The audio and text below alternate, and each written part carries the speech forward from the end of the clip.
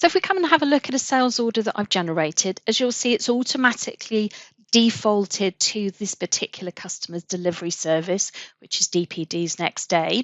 And in the background, we've pre-configured the various weights of each of these items, which again automatically pulls through for us, and again eliminates the need to have to key that in onto the courier's website.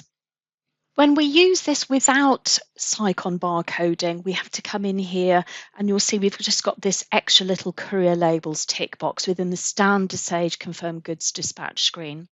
And at this point, click save and it'll pop up with an extra little box that allows us then to determine the number of boxes and just gives us the flexibility again at this point to say, do we want to send it to a different delivery provider?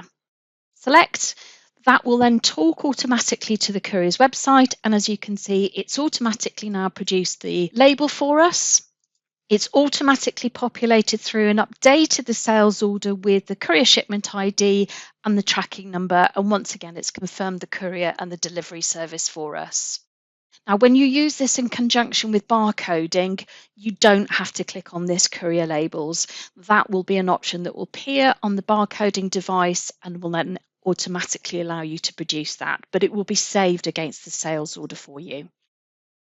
All of this information is then stored against the dispatches button at the bottom of the screen in the order, in sales order processing. And once again, you can see that same information that shows us the tracking number, courier, etc.